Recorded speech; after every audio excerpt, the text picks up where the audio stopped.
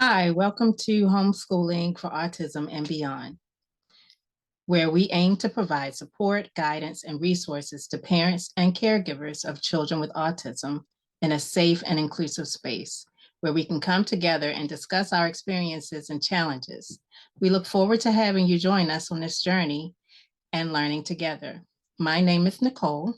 And I'm Brother James from the Kills Path Autistic Triumph. Now let's get into it. Homeschooling can be an excellent option for children on the autism spectrum.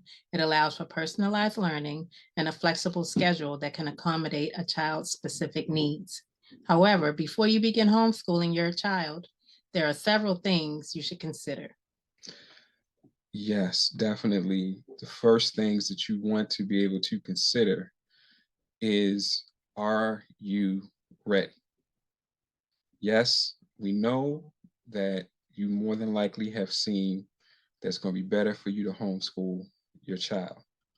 But the biggest question, are you ready for the challenges that are going to come your way? This is why we're doing this video and doing these episodes, because we want to give you our experience so you can learn from it. You have to be mentally prepared. This is not going to be a situation where you can just throw on some stuff on a computer and let it roll. It's not going to happen that way. You can try it that way, but it's not going to happen that way. No.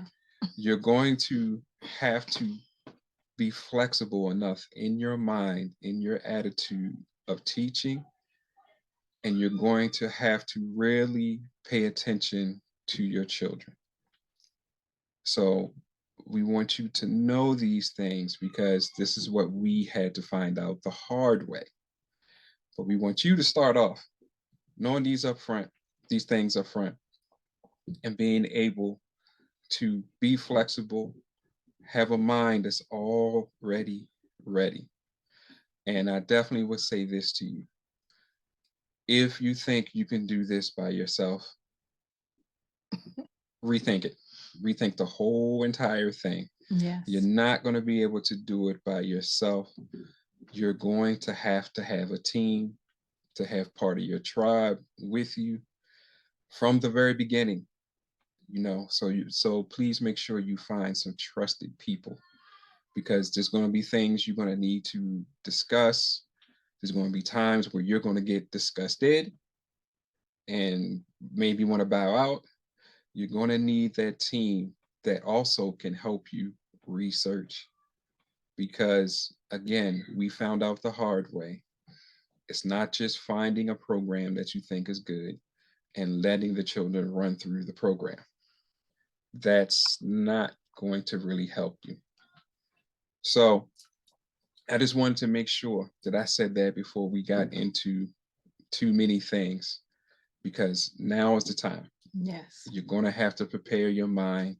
You may find yourself going against some of your actual core values. You have to be ready to prepare yourself, because you have to change. I'm telling you, it can get rough. And I'm telling you this up front because of the fact that we want you to be successful. We want your children to be successful.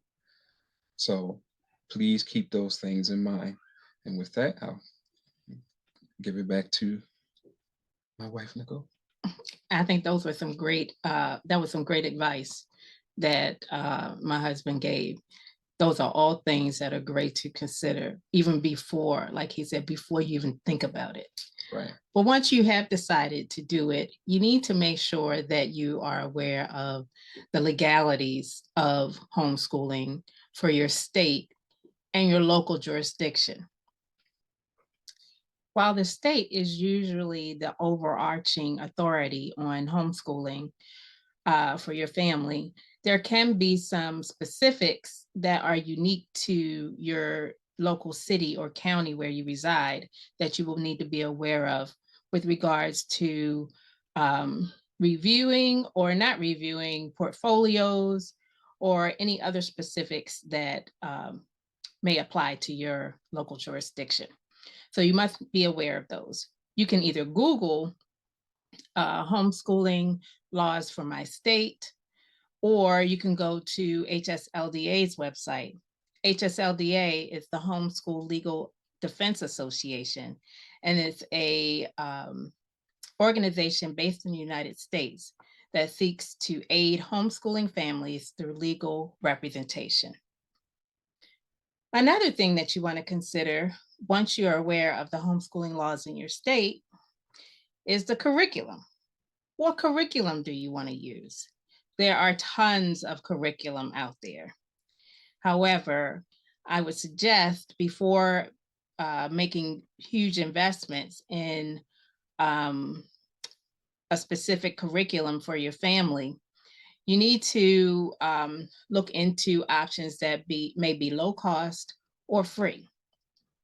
Some of the options that we've used in our family have included Time for Learning, which is an online curriculum, as well as Excelis Power Homeschool, also an online learning curriculum, as well as The Good and the Beautiful, which is not an online curriculum, but they do offer books that you can order, or you can download their curriculum for free and print it yourself. And there are some ways that you may be able to use it on your computer for your child if you are well-versed in using PDF files. This is also where, as I just stated not too long ago, where you'll have to really learn yourself and your child. You have to choose your curriculum in a way that you understand that it fits your child and it fits your teaching style. So you're going to have to know yourself as well as know your child to really put the curriculums together. We found out the hard way that we had to do a lot of mixing because, as we say, each autistic child is an autistic child. So each one has their own separate challenges that you're going to have to think about when you're putting their curriculum together, as well as you'll have to understand what best suits their learning style. You know, we have 3 children and they're different ages and they have different gifts. Akil is better in math and science. Ayana is better in reading. And Nasir is a child that we're working hard with. You know, he's very intelligent, but he's one of those children that just does things the way he wants to do things. So saying that to say, you will have to make sure that you really look at how you can teach and what the children need from you to learn when you choose their curriculum. And definitely be mindful that you will more than likely have to mix something from this one, something from that one, and find a good mix of putting them together. Agreed. I fully agree. One way that you can use to find out about a curriculum before you purchase it is to either Google or use YouTube. There are a number of homeschooling parents who have taken a lot of time to do research on different curriculums, and they can either give you their top 5, their top 10, what they liked about a curriculum, what they didn't like, those types of things. So those can be very helpful in researching the different curriculum that are available without investing a lot of your money and time into doing it. There's also the Homeschooling Parent magazine, and you can get that from your local library. You can borrow it or read it inside of the library. And they have a number of reviews as well on a lot of different curriculum that is available right now, both online and in hard copy. But just be sure not to overwhelm yourself. We understand that as parents, we want what's best for our child, but we don't want you to try to research literally every curriculum. Still, as Nicole just said, use Google and things like that to kind of help you to rate things, and they'll give you descriptions of things. And like I said, based on what you understand of how your child learns and how you teach, try to choose a curriculum that best fits that. But don't stress yourself out, because one of the things you'll find out is that the children pick up on your stress.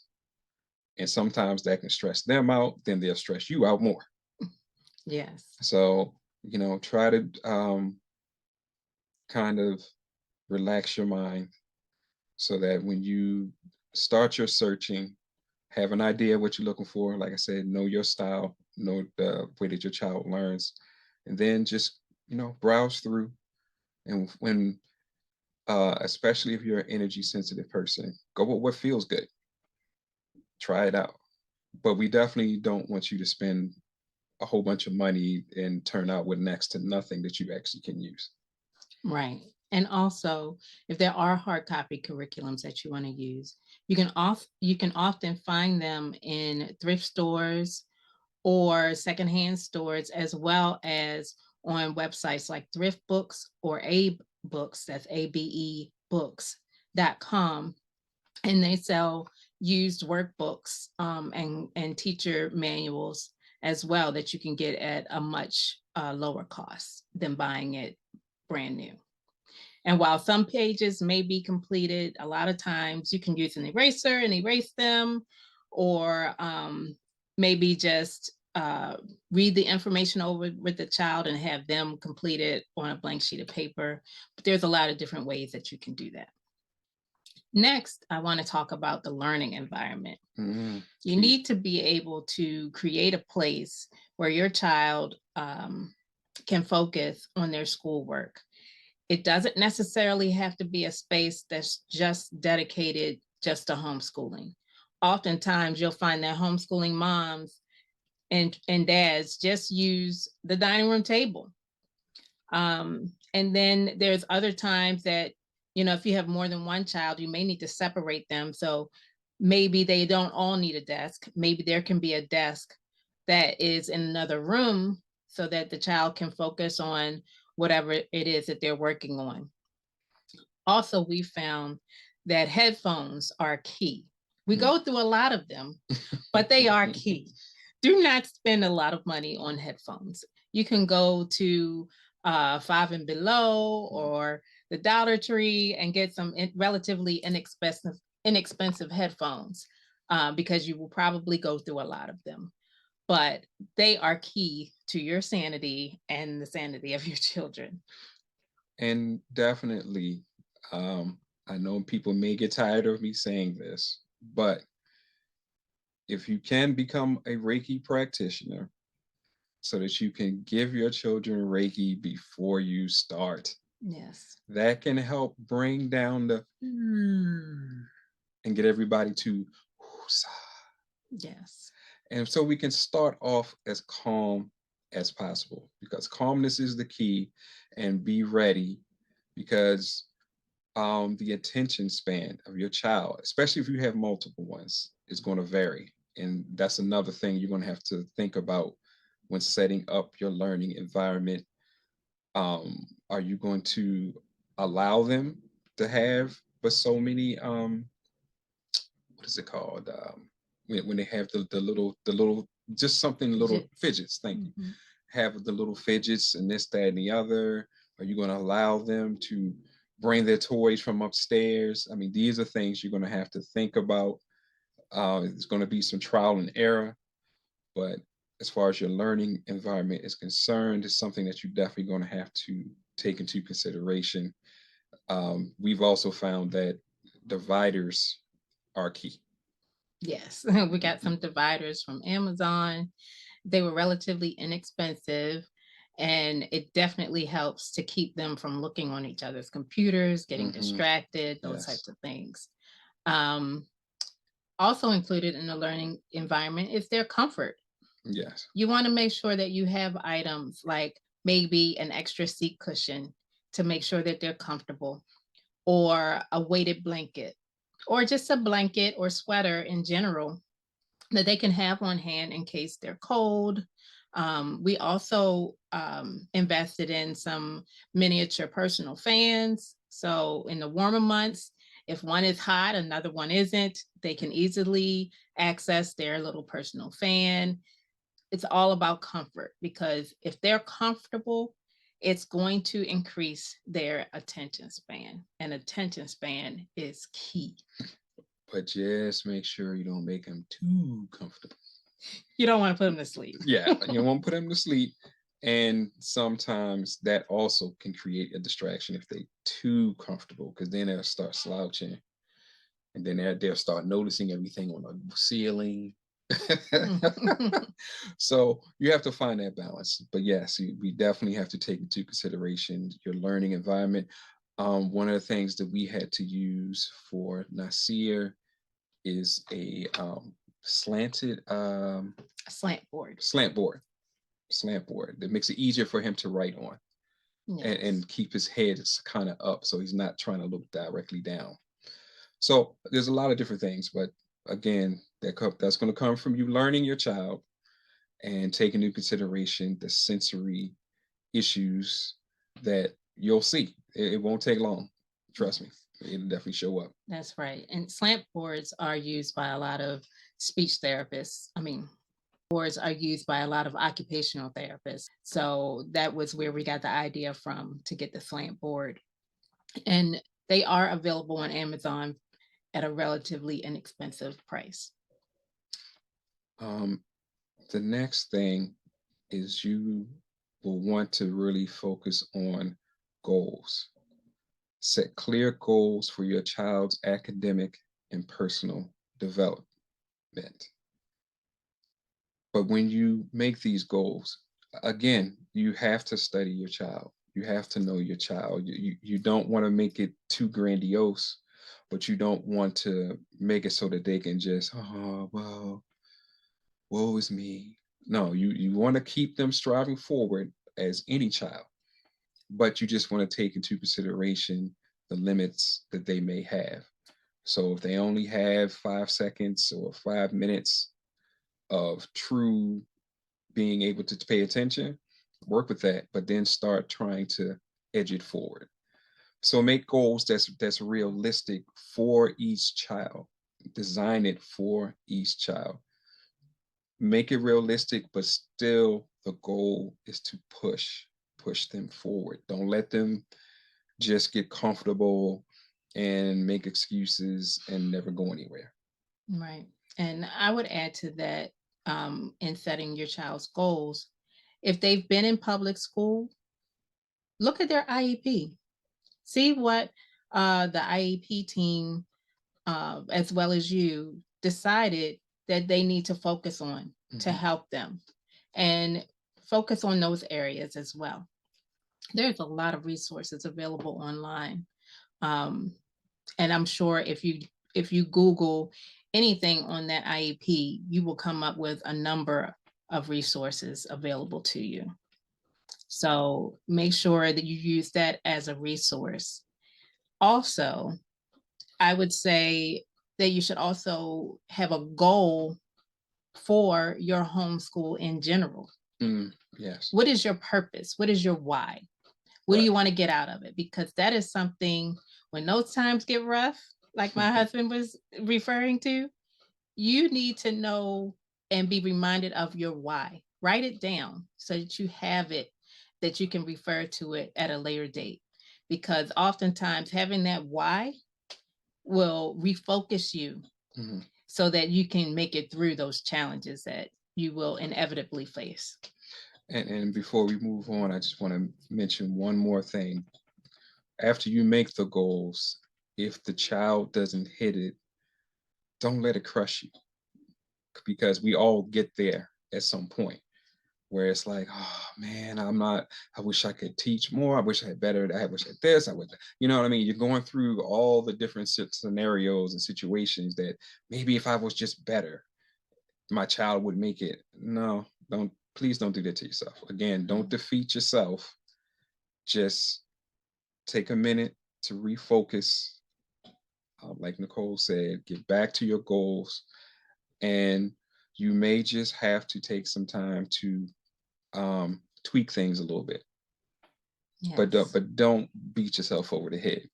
We've all been there, trust me. And you can make yourself get very low if you do that.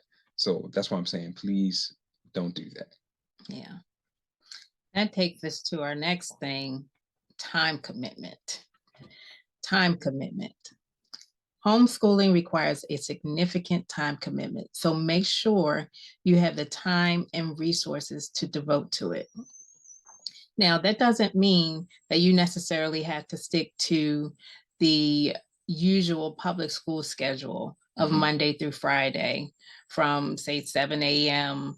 to 2 p.m. It can be any amount of time that allows you to meet all of your state's requirements each day. There are some subjects that we do multiple days per week. There's some subjects that we only do once per week, but set the schedule that works for you and your family. If that includes weekends, include weekends. If that includes some holidays, include some holidays. If your child works better in the afternoon than they do in the morning, do it in the afternoon. You will find once you get into a rhythm that it does not take you the same amount of time that it takes a public school teacher to teach your child. They are inundated with school announcements, going from class to class, taking bathroom breaks, moving from place to place for, special subjects. You don't have to worry about those things at home. As long as you are meeting your state's requirements and including all of the subjects that your state requires, you can set it up any way you want. There's a lot of flexibility. And just make sure you keep that in mind. So again, don't stress yourself out if it's not really necessary. And once you get into that rhythm, you'll find it'll work better for you. And you'll definitely find out, hey, the children are learning faster. We're getting through lessons faster. So once again, you'll have more time. But again, we just don't want anybody to get super stressed out, because you end up stressing the children out with you. They can read you, they can feel you. So the more you get control over your time and set things up in a good way, the better things go for everybody. Yes. So just remember that homeschooling does allow for a lot of flexibility. Once you find your rhythm, that doesn't mean that rhythm is going to work forever. You will have to tweak it and change it along the way. But just make sure that you remain flexible and go with the flow. Your children are most likely going to set the tone and the pace.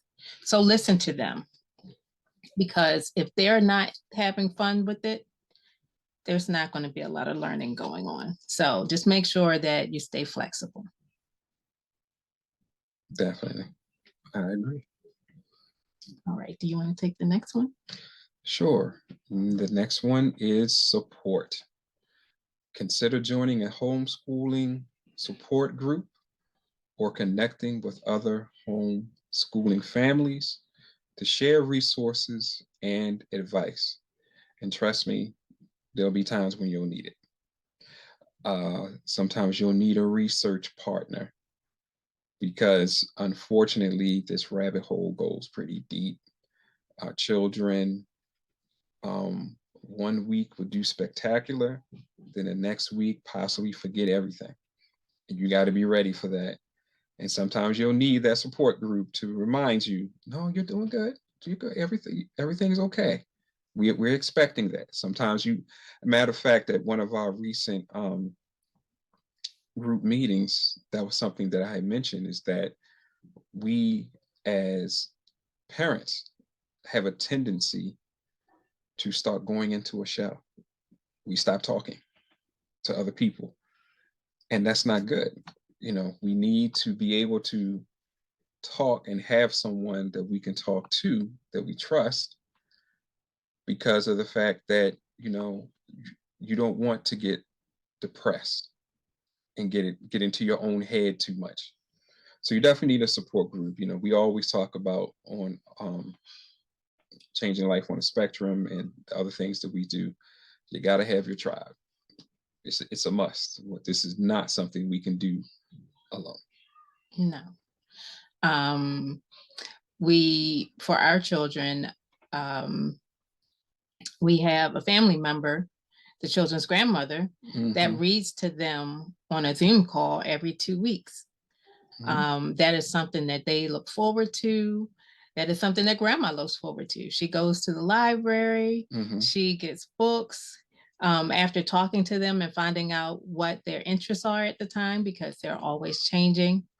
And she goes to the library and gets books that will interest them, so that when they have their biweekly Zoom call, they will be interested in what she's reading. She also takes a little time to talk to them. They talk to her. They give her updates on how they're doing. And she's always telling us how much growth that she's seeing in them. So definitely, seek out time from your resources, the people that can support you, part of your tribe, to help you out along the way. Definitely. Grandma plays a big role. Yes. Yes. Big role. So it can be a grandma, a grandpa, aunt, uncle, cousin, sibling, definitely, ask your tribe to participate.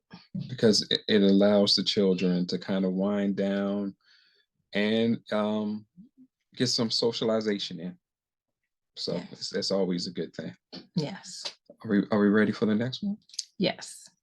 Teaching skills. Now, I know a lot of people will say, oh, I don't know how to teach. I can't teach. I don't have any teaching skills.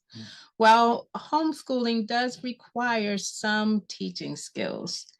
I would say the primary one is being able to provide instructions and directions and be patient. Those are the biggest skills that you need. Yes. And a lot of times you need those skills anyway, and a lot of the jobs that are available today in today's world. So definitely see where you can transfer some of those skills that you already have into teaching your child. Right. I mean, definitely, you don't necessarily have to be a certified school teacher, but if you're a supervisor at work, it's the same thing. You have to teach and train people under you, learn how to watch them and how to guide them. It's the same thing. So you can take a lot of skills that you already have. You just have to tweak it. But that big one, patience. Yeah. It's more than a virtue. Yeah. It's necessary. Woo. A lot of woo-saw moments will be coming your way. So just be prepared for it. Again, the main thing, we can't stress it enough. Don't beat yourself over the head. Even a certified teacher will tell you that they have to learn the children. It's always a learning process. Yes. Even if they just came straight out of school, it's still theory going into application. It's always a scary thing. Yes. Even if you know what you're supposed to do. But remember, our children will pose different questions than what you may think is coming. Yes. You know what I mean? You'd be surprised. Sometimes the one that you think isn't learning the most is the one that will start hitting you with questions that have you like, what? Or I don't know. Wow, where did that come from? That. Yeah, right. And be ready for that. Yeah, we might as well go ahead and tell you that. Be ready for that, because your children are going to ask you some questions that's going to blow your mind. Things that you never considered. And then that's when you'll have to confront yourself, because please don't lie to them. No. But you might want to, because you be like, I don't have an answer for that, but I don't want to feel like, you know what I mean? I'm less than a parent because I should have an answer, shouldn't I? No, sometimes you're not. Yeah. Sometimes you are just not going to have the answer, not right then and there. You may literally have to go learn some stuff. Yes, because I said so is not going to work. No, we all should know that with autistic children especially, that doesn't generally work. Yeah. They're going to be looking for more. And even if they accept it the first time you say it, don't think that they won't be back 5-10 minutes later Yes. with the same question. Right. So give yourself grace. Yes. Just like with certified teachers, your skills are going to be honed over time. Right. You're going to learn more and more with experience and time. And as we put on our website at mpfat.org, one of the things you'll have to learn is to allow your children to teach you how Yes. to teach them. Yes. That's why I said you'll have to learn to be very observant and be thinking about, well, why is she doing that? Why is he doing that? Mm-hmm. I noticed that every time, blah, blah, blah, blah, blah. Okay. And then you have to learn to use that to your advantage. Yes. That may be the key to getting them to learn or step into the arena to learn in this certain subject. Right. So you want to take the next one? Yes. Special needs resources. Look for resources and support specifically tailored to homeschooling children with autism. Definitely always remember the autism part, such as a specialized curriculum or therapy resources. Excuse me. Yeah, definitely make sure that you remind yourself, because it's going to get hard.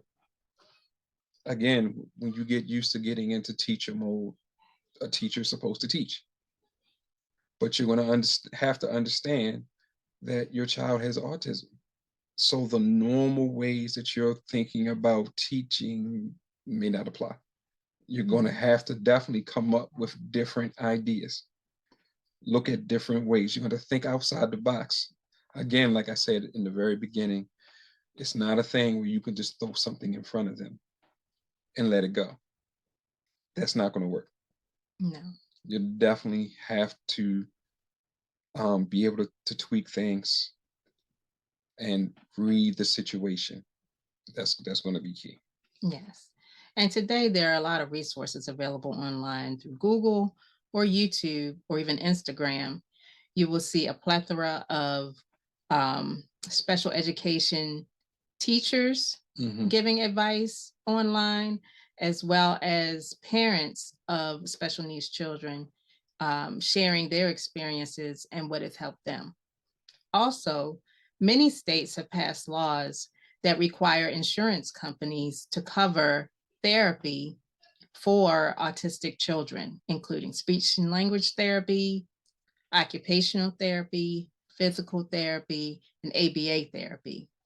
So make sure that those resources are part of your village. Your child most likely is already receiving one or even all of those services already.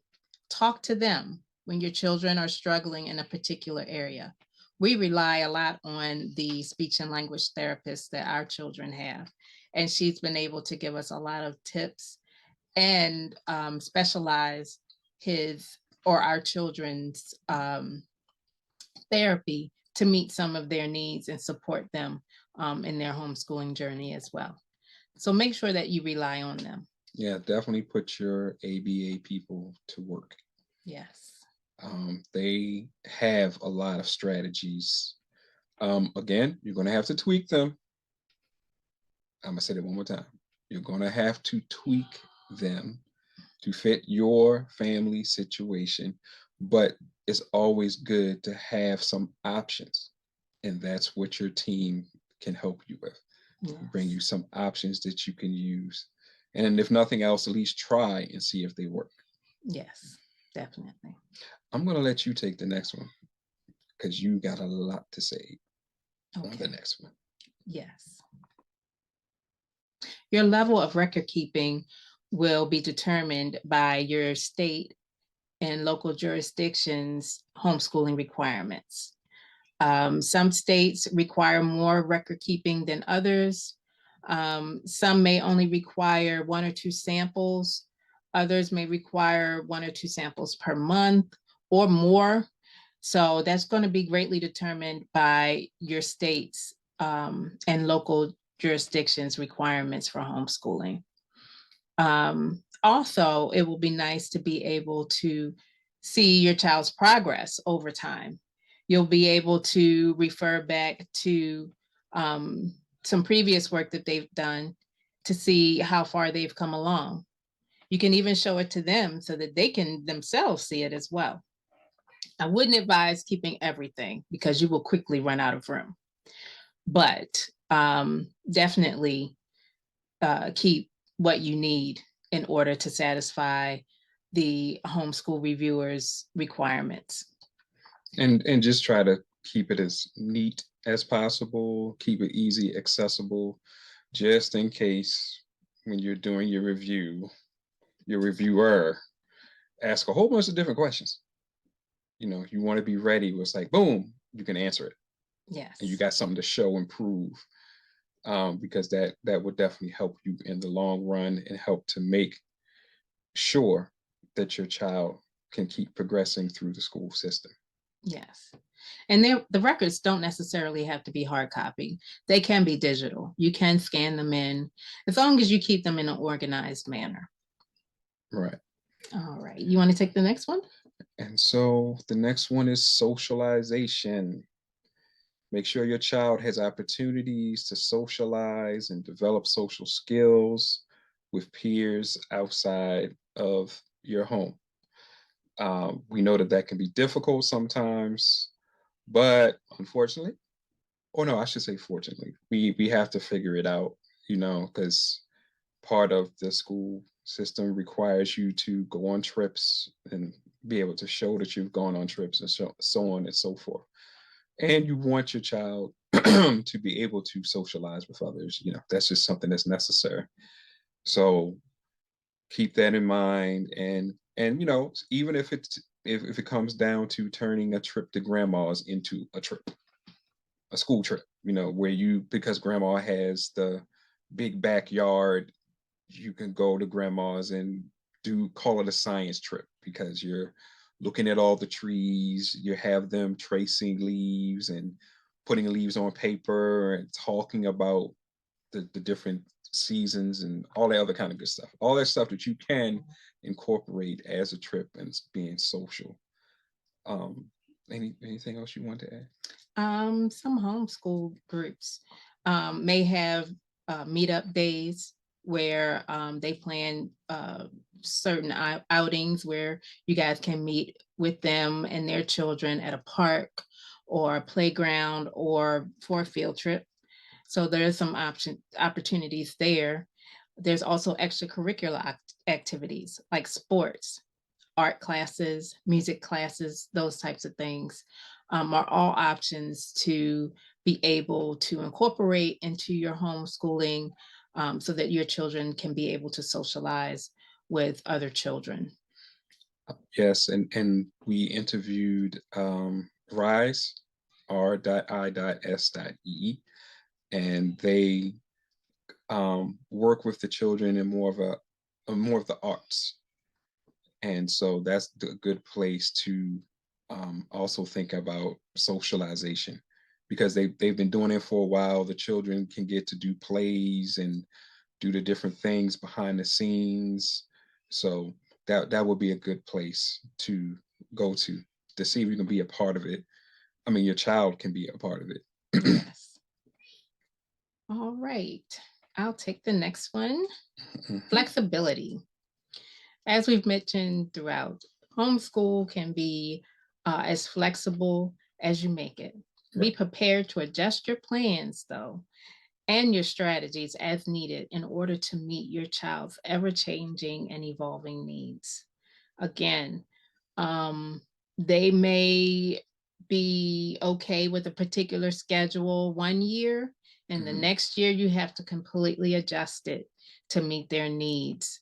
Also, find out what they're interested in. Are they interested in gaming, coding, art, music? Try to play to their interests to keep them engaged. Right. You have to be flexible in order to keep them engaged and to make sure your homeschool experience is as successful as possible. Yes, definitely remember the key is you have to be flexible. You're in charge, but you have to be flexible with yourself. You hear me keep harping on it. Make sure you take care of yourself. Make sure you don't stress yourself out and put yourself into a depression because the children will pick up on it. So you definitely have to be flexible. Yes. And that leads us to the last one. Self-care. Yes. Very important. Self-care. We just can't stress it enough that you have to take care of yourself. Once again, I'll push Reiki till I die. Use the Reiki for yourself. Use the Reiki for your children, and it'll help you to get through the tough times. You have to take care of yourself because the children are dependent on you. You are the teacher. You are depending on you because you want your children to get to the specific place that you want them to get. Yes. Put your oxygen mask on first. You have to in order to survive. and again, going back to flexibility, you also don't be scared to take some time for yourself. Sometimes you're gonna need that 10 minutes and you're gonna have to walk out the classroom and just kind of walk it off for a second, try to put a video on for them to watch while you're trying to get yourself together. So definitely you need to be flexible. You got to take care of yourself. Yes. I'm sure you have plenty to add on to that. Well, you do need time for yourself, like my husband said. And like I said, put your oxygen mask on first. If you're not okay, your children won't be okay. Absolutely. That's the bottom line. And having that tribe that we keep talking about is key to that. Yes. It could be a day that you take, it could be an hour, it could be 15 minutes, whatever you can fit into your schedule. Take some time for yourself and for self-care. And planning things. Things is very important, because if you have a good plan in place, then that'll help preserve your sanity. That is a form of self-care. Yes. Having a good plan in place is important for you and your children, because they are not going to sit there quietly and wait for you to figure it out in the middle of a lesson.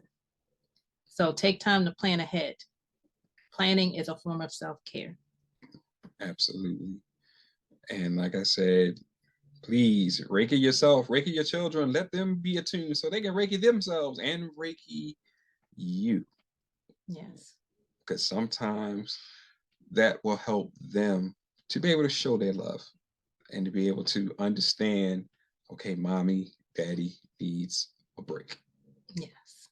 And when they understand that, you'd be surprised. Sometimes they may tell you to go take a break. Yes. You're being mean. Go take a break. Yes. Yes, they will. They will be very honest with you. But that's very real. Yes. Make sure you take self-care, because if you don't, you'll get into a sort of tunnel vision. You can go into a depression, or you can go into a certain headspace where the days blend together. You don't even know what day it is anymore. Yeah. You can't separate the weekday from the weekend. Yep. So you have to take these self-care days to get yourself together, to keep yourself and keep your head in the game.